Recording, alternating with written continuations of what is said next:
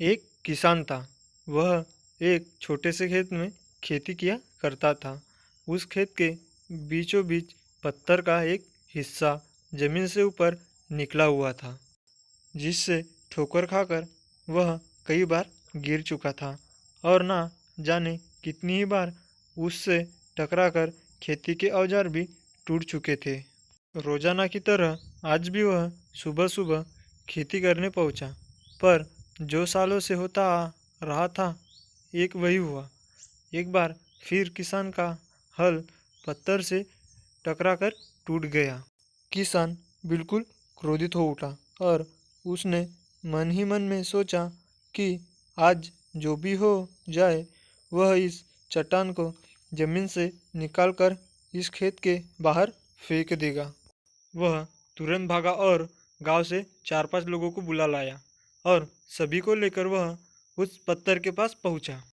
मित्रों, किसान बोला, ये देखो, जमीन से निकले चट्टान के इस हिस्से ने मेरा बहुत नुकसान किया है और आज हम सभी को मिलकर इसे झट से निकालना है और खेत के बाहर फेंकना है।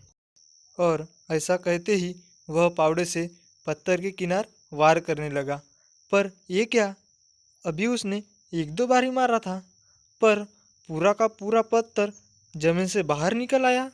साथ खड़े लोग भी अचरज में पड़ गए और उन्हीं में से एक ने हंसते हुए पूछा, क्यों भाई, तुम तो कहते थे कि तुम्हारे खेत के बीच एक बड़ी सी चट्टान दबी हुई है, पर ये तो एक मामूली सा पत्थर निकला। किसान भी आश्चर्य में पड़ गया।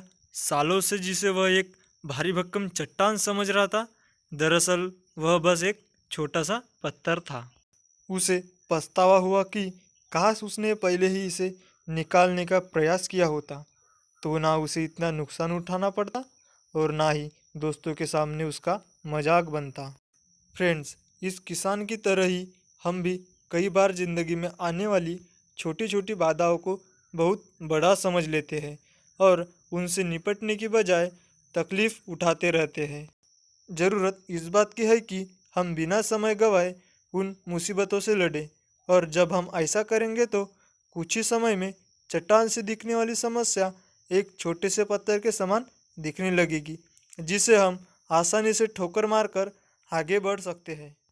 Thank you.